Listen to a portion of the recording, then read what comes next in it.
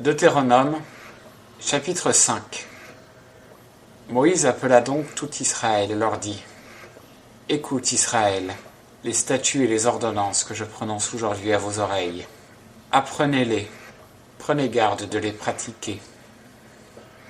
L'Éternel notre Dieu traita alliance avec nous en Horeb. Ce n'est point avec nos pères que l'Éternel a traité cette alliance, mais avec nous qui sommes ici aujourd'hui, tous vivants.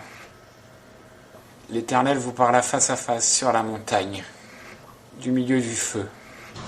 Je me tenais en ce temps-là, entre l'Éternel et vous, pour vous rapporter la parole de l'Éternel, car vous eûtes peur du feu et vous ne montâtes point sur la montagne. Il dit : Je suis l'Éternel ton Dieu, qui t'ai retiré du pays d'Égypte, de la maison de servitude. Tu n'auras point d'autre Dieu devant ma face. Tu ne te feras point d'image taillée, ni aucune ressemblance des choses qui sont là-haut dans les cieux, de celles qui sont ici-bas sur la terre, ni de celles qui sont dans les eaux au-dessous de la terre. Tu ne te prosterneras point devant elles, et tu ne les serviras point, car je suis l'Éternel ton Dieu, un Dieu jaloux, qui punit l'iniquité des pères sur les enfants jusqu'à la 3e et à la 4e génération de ceux qui me haïssent, et qui fait miséricorde en 1000 générations à ceux qui m'aiment et qui gardent mes commandements. Tu ne prendras point le nom de l'Éternel ton Dieu en vain, car l'Éternel ne tiendra point pour innocent celui qui aura pris son nom en vain. Observe le jour du repos pour le sanctifier, comme l'Éternel ton Dieu te l'a commandé. Tu travailleras 6 jours, et tu feras toute ton œuvre. Mais le 7e jour est le repos de l'Éternel ton Dieu. Tu ne feras aucune œuvre en ce jour-là, ni toi, ni ton fils, ni ta fille, ni ton serviteur, ni ta servante, ni ton bœuf, ni ton âne, ni aucune de tes bêtes, ni ton étranger qui est dans tes portes, afin que ton serviteur et ta servante se reposent comme toi. Et souviens-toi que tu as été esclave au pays d'Égypte, et que l'Éternel ton Dieu t'en a retiré à main forte et à bras étendus.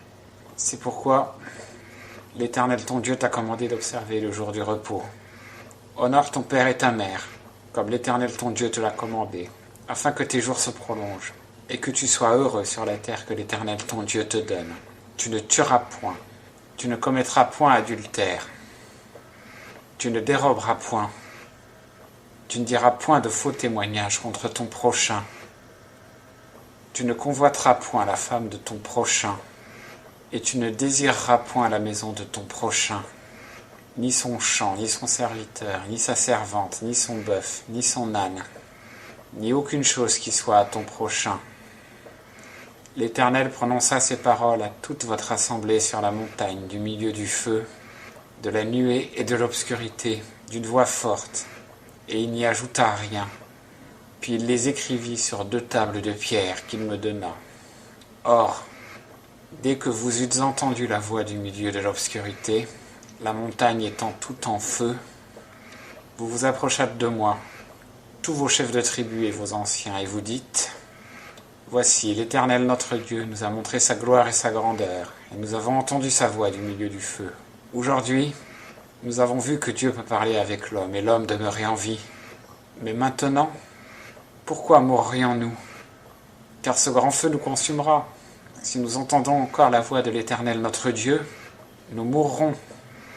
Car qui est l'homme quel qu'il soit, qui ait entendu comme nous la voix du Dieu vivant, parlant du milieu du feu et qui soit demeuré en vie ?